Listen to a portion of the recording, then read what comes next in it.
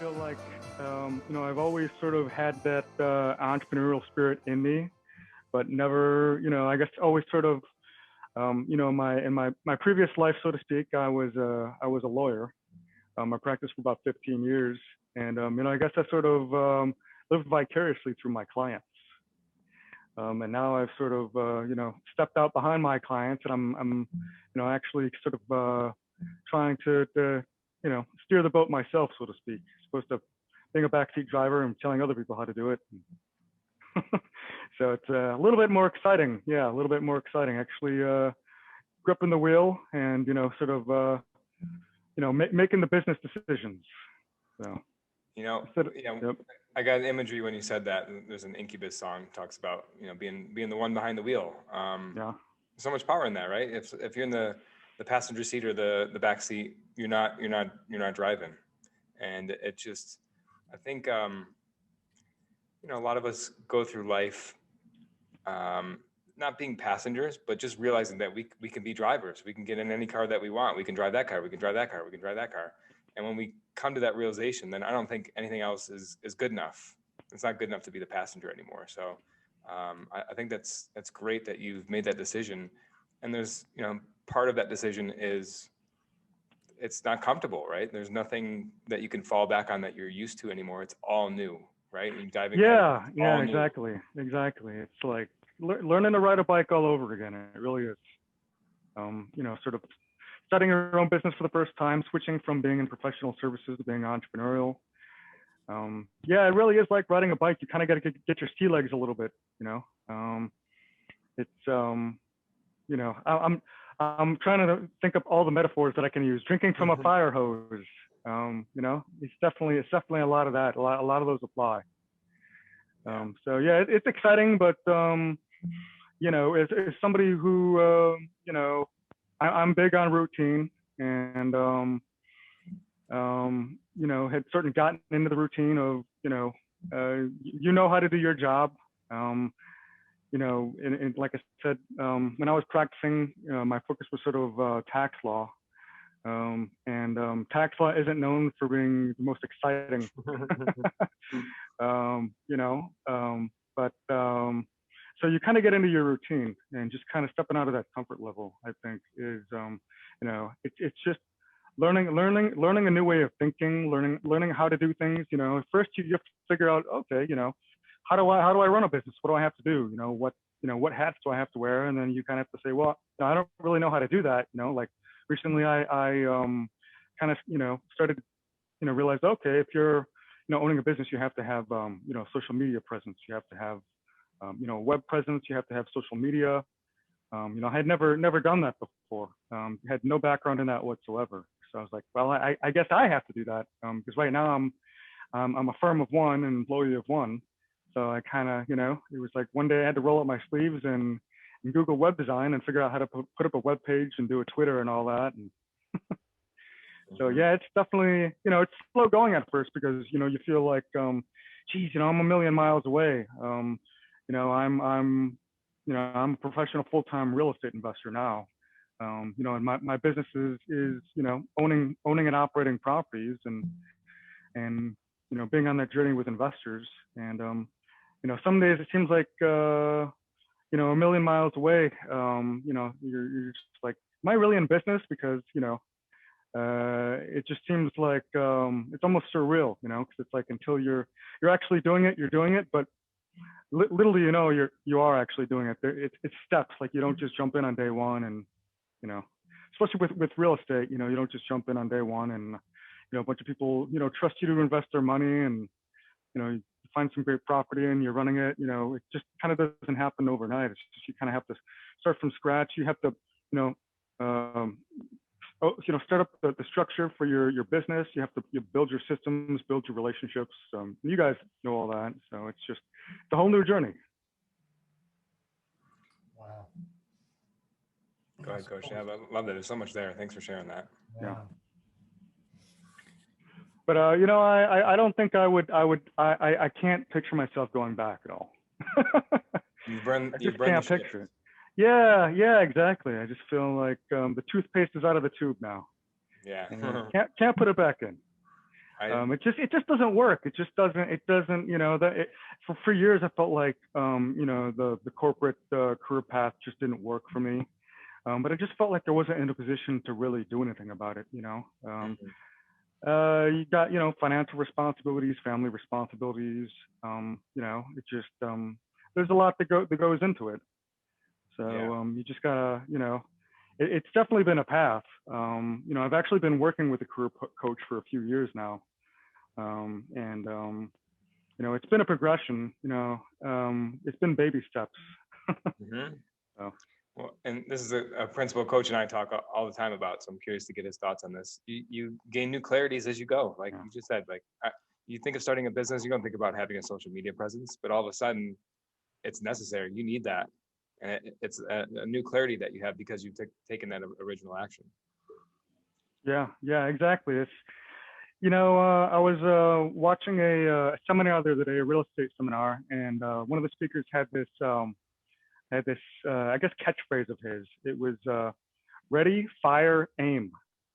And he Mm, was saying, that's his mentality, I guess, of being an entrepreneur, is that, a lot of people have paralysis by analysis, and that mm, you sort of think you have to have everything figured out before you can actually do it. But if that's sort of your thought process, you're really never going to actually do it.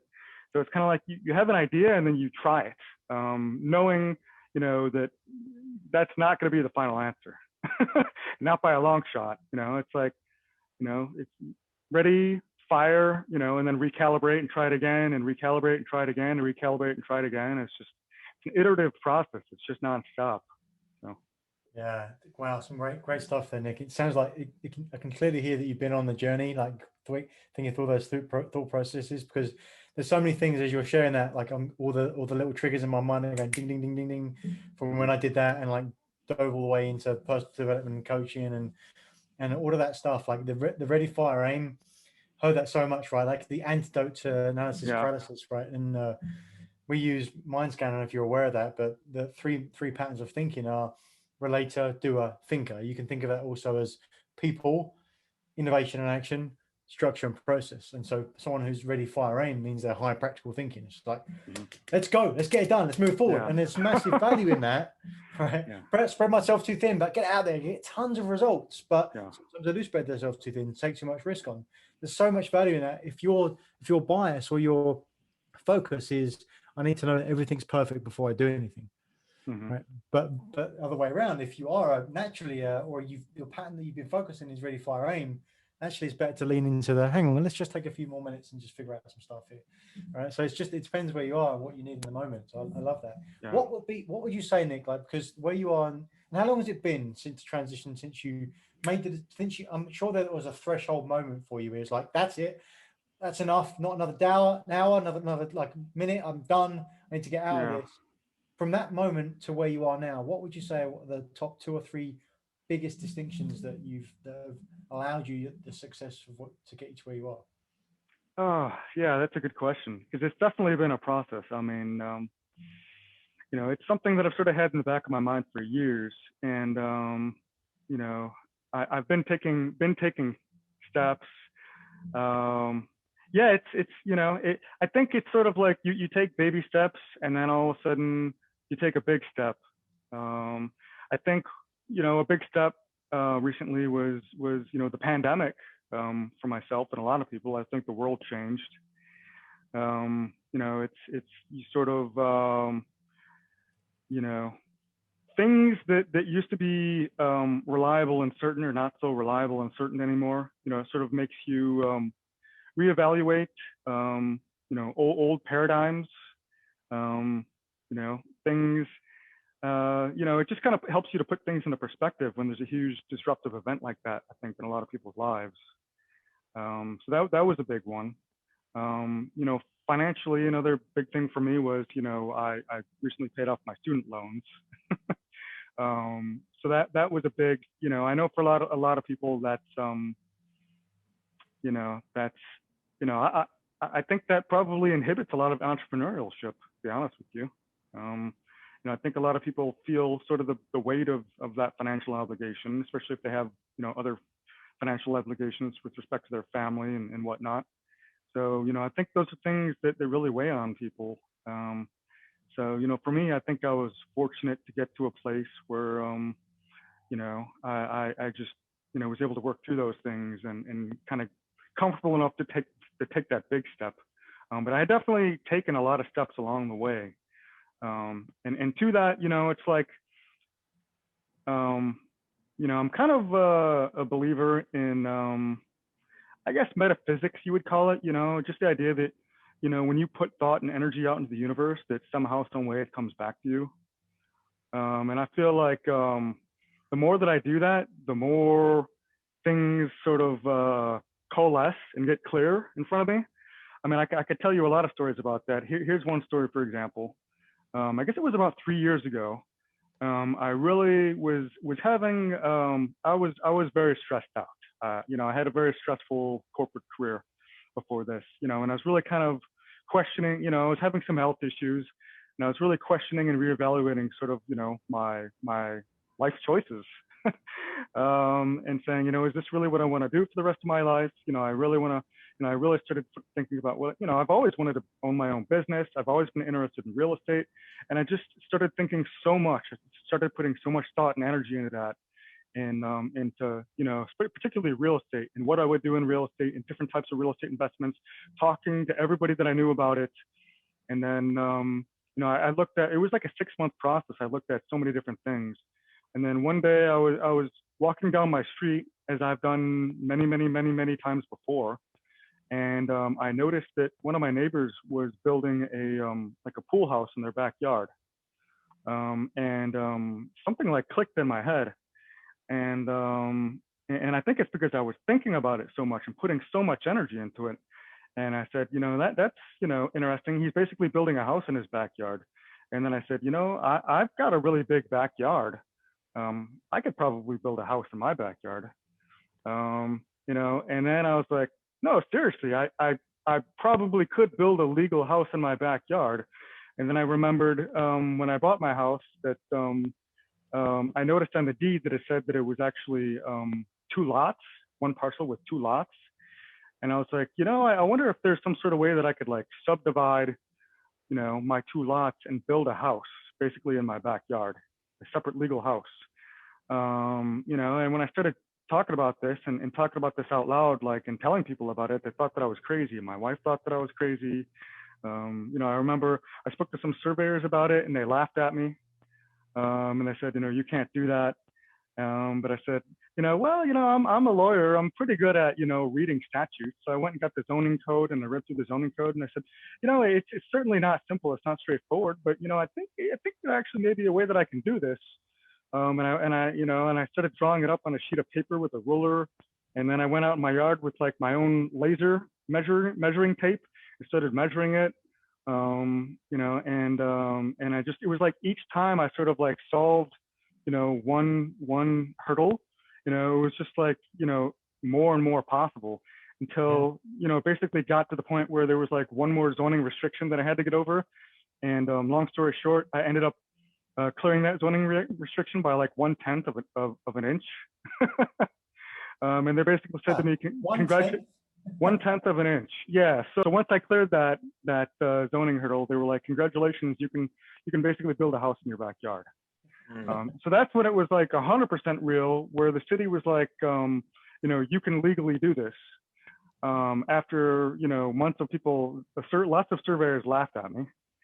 And that's when it was like, it became real. And I actually ended up, building subdividing the land and building a house in my backyard, and I live in it now. I custom built the house, and that really jump started my my thinking in terms of just expanding my horizons of like, like I remember telling people about the project, and they were like, "That sounds pretty ambitious. Maybe you shouldn't do that for your first real estate project." And I'm like, no, you don't understand. I've already done that. I'm moving in like, in a few months, like it's done. And they were like, oh, well, congratulations. That's a pretty big deal, to do for your first project. And I was like, well, if I can do that for my first project, then let me roll up my sleeves and see what I can really do, And it was like, I sort of like, took the capital that I made from selling my old house and put it into my business, and was like, and getting back to my original point, that's sort of how I sort of took that money and paid off my student loans, and for me that was like a clear, complete turning point in my life, where I was like, I took something that was basically, I made it up in my head of what I wanted to do. I visualized it, I actualized it, I implemented it, to the point where, I was able to sort of, take the one thing that was holding me back from doing what I wanted to do, which, in a large part was like my student loans, pay that off with what I wanted to do.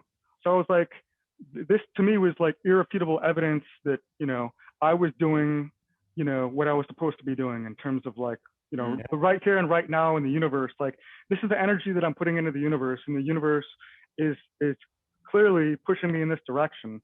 So I just took that as a sign of like, this is what I'm supposed to be doing. And all that was prompted by, like I said, like I was walking down my street and I noticed that my neighbor was building a house in their backyard, and it just like snowballed from there. And it was all because I feel like I was putting so much thought and energy into it. Like, how do I do this? How do I make this happen? How do I do it? And I didn't know how, but it's like each step, when you figure something out, you're like, well, I have to take this to the next step. I just have to, to the point where like now I've, quit my day job. I'm now a full-time active real estate investor. And, I have a business model and what I want to do. And, I just feel like every time, I sort of, put a lot of thought and energy into something and figure out, a way to do it, then other opportunities open, So that's sort of, I guess, sort of bringing it back full circle to that original way of thinking about like, ready, fire, aim.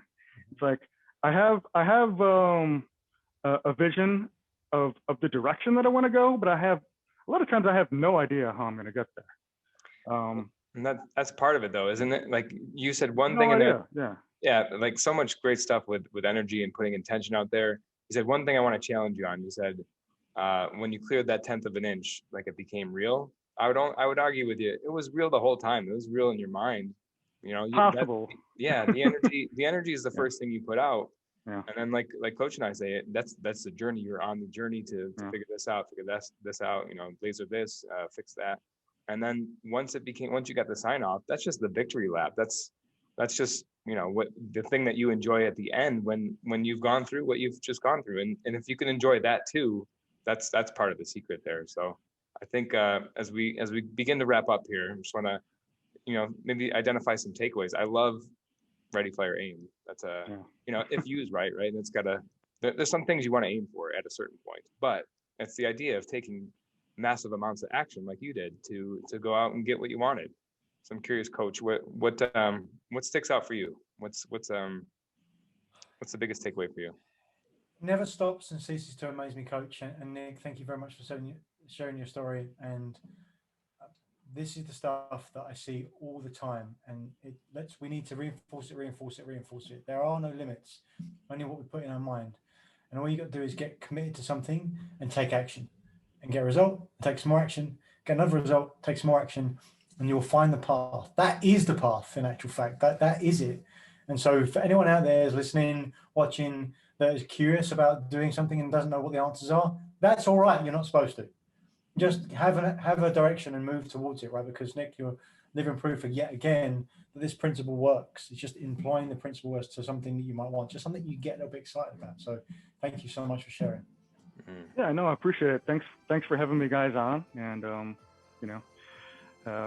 love to join you again and have another discussion, and hopefully this is helpful for some of your viewers. Yeah, I think a lot of people will resonate with driving your car, but also visualization, the power of manifesting what you want and going out and doing it. So thank you very much for sharing your story. Appreciate it. Yeah, definitely. Thanks for having me.